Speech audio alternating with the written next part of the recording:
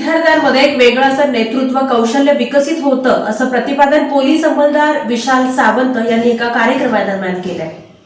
खेळ हे जीवनाचे अविभाज्य अंग असून खेळामुळे विद्यार्थ्यांमध्ये नेतृत्व गुण, सहकार्य, शिस्त आणि खेळाडू वृत्ती या गुणांचा विकास होतो.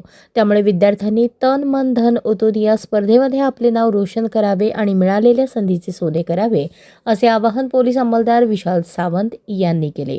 उत्तर सोलापूर तालुक्यातील कोंडी येथील जाणता राजा बहुउद्देशीय शिक्षण प्रसारक मंडळ संचलित जिजाऊ ज्ञान मंदिर येथे आयोजित केलेल्या क्रीडा सप्ताहाचा प्रारंभ झाला.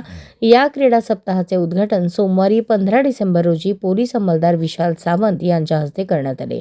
पोलीस अंमलदार सावंत उद्घाटनाप्रसंगी बोलत होते.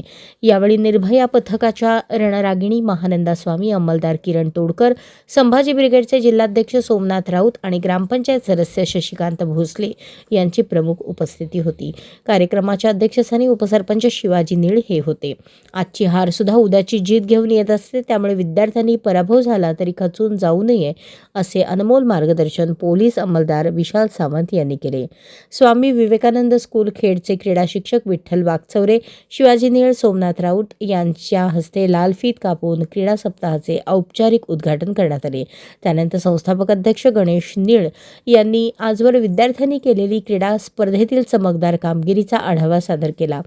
त्यानंतर प्रथम सामना कबड्डी जिजाऊ आणि सावित्री या 2 प्रतिस्पर्धी संघांमध्ये संपन्न झाला.